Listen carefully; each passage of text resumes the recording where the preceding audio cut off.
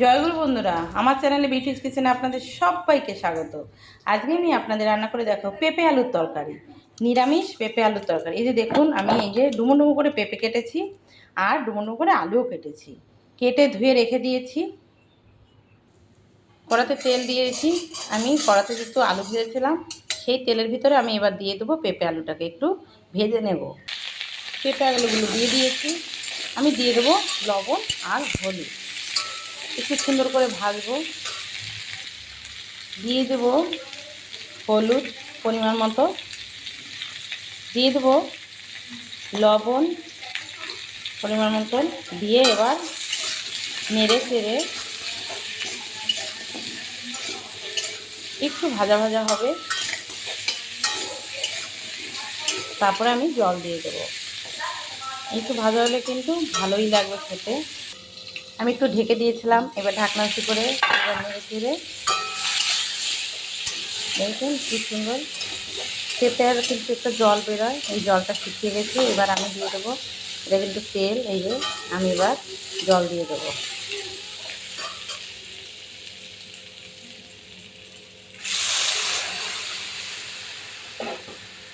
নেড়ে চেড়ে আমি টকবগা যে ফুটবে, আমি জিরে লঙ্কাটা দিয়ে দেবো। এবার টকবগা ফুটছে, হ্যাঁ, এবার আমি দিয়ে দেবো একটু লঙ্কার গুঁড়ো, দিয়ে দেবো একটু জিরের গুঁড়ো,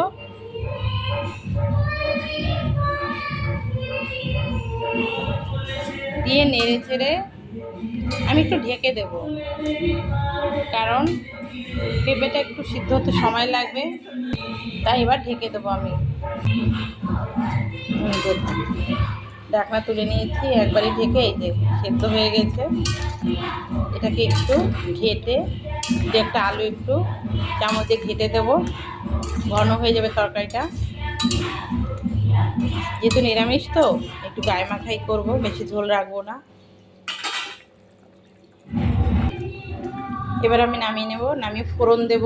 যেহেতু ফোড়ন দেওয়া হয়নি এখনও, তরকারি পুরো সিদ্ধ হয়ে গেছে পেঁপে আলু।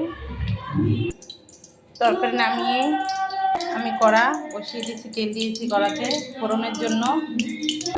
তেল গরম হয়েছে, দিয়েছি তেজপাতা, দিয়ে দেবো জিরে। আমি নেড়ে চেড়ে জিরে একটু লাল হবে, একটু জিরে পোড়া পোড়া না হলে তরকারি জিরের সেন্টটা আসে না। এবার আমি তরকারিটা ঢেলে দেব।